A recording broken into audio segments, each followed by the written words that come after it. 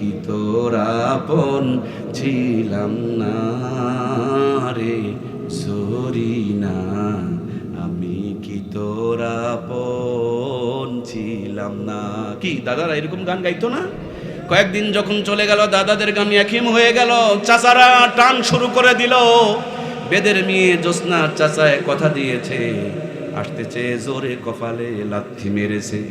তুমি জ্যোৎস্না হ্যাঁ থা দিয়েছিলে কথা, তোমারে না দেখলে আমার প্রাণে লাগে ব্যথা। মুসলমানের মেয়ে জ্যোৎস্নার প্রেমে পড়ে গেল, সব বেদের মেয়ে। গোটা দেশের যুবকেরা বেদের মেয়ে প্রেমে পাগল।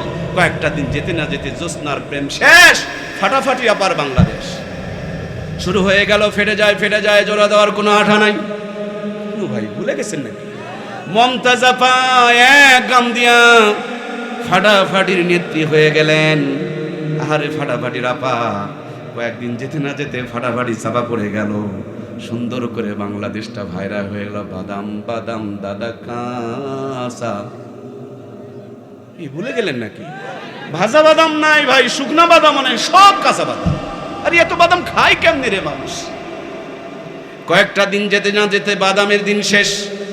কালা পাখি সাদা পাখির বাংলাদেশ, তুমি বন্ধু কালা পাখি আমি যেন কি, সব খালি কালো পাখি কালো পাখি। আরে এত কালো পাখি কি করবে রে জাতি?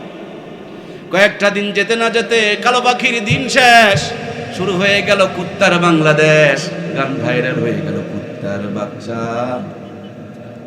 এই যুবকরা নাই নাকি গো? কুত্তার বাচ্চা ফুটফুটে সুন্দর, ওই সুদখোর ঘুষখোর হারামখোর কম্বল চোর ডাল চোরদেরকে নিয়ে গান শুরু হলো। কথা বলেন ঠিক কিনা? কুত্তার বাচ্চা ফুটফুটে সুন্দর। এরপর এখন যে কি চলে না চলে এত কিছু বুঝি না বাবা। কখন যে কোন গান ভাইরাল হয়, প্যাঁ পোঁ ভ্যাঁ ভোঁ যেটা কয় সেটা ভাইরাল হয়ে যায়, রাতারাতি ভাইরাল হয়ে যায়, পরবর্তীতে জাম করে যায়, চাপা পড়ে যায়। আমি গান শোনাতে চাই নাই, আমি একটা উদাহরণ আপনাকে দিতে চাই। কোরআনুল কারীম নাজিল হয়েছে 1500 বছর পূর্বে। একটা জের, একটা জবর, একটা মদ, একটা মাখরাজ, একটা পেশ, একটা গুন্না, একটা তাসদীদ, কোথাও এক চুল পরিমাণ, তিল পরিমাণে, বিন্দু পরিমাণ কোনো পরিবর্তন হয় নাই। আগে যেমন ছিল এখনো তেমন আছে। ওই সূরা ফাতিহারই তেলাওয়াত হয়, বরঞ্চ যতই শুনি ততই মজা, ততই তৃপ্তি, ততই শান্তি। এটা আল্লাহর কোরআন, তার জিন্দা মুআজিজা। কথা বলুন ঠিক কিনা? এজন্য কোরআনুল কারীম ঘরে ঘরে তেলাওয়াতের দরকার আছে না নাই? আহা কলিজার টুকরা ভাইয়েরা, আহা মমতাময়ী মায়েরা, সেই মা তাসবিহ টিপতো আর ঘর থেকে কোরআনের তেলাওয়াত বের হতো। এখন স্মার্ট ডিজিটাল হয়েছে, জায়নামাজ উৎখাত করে দিয়া সুপার সেট আমদানি করেছে।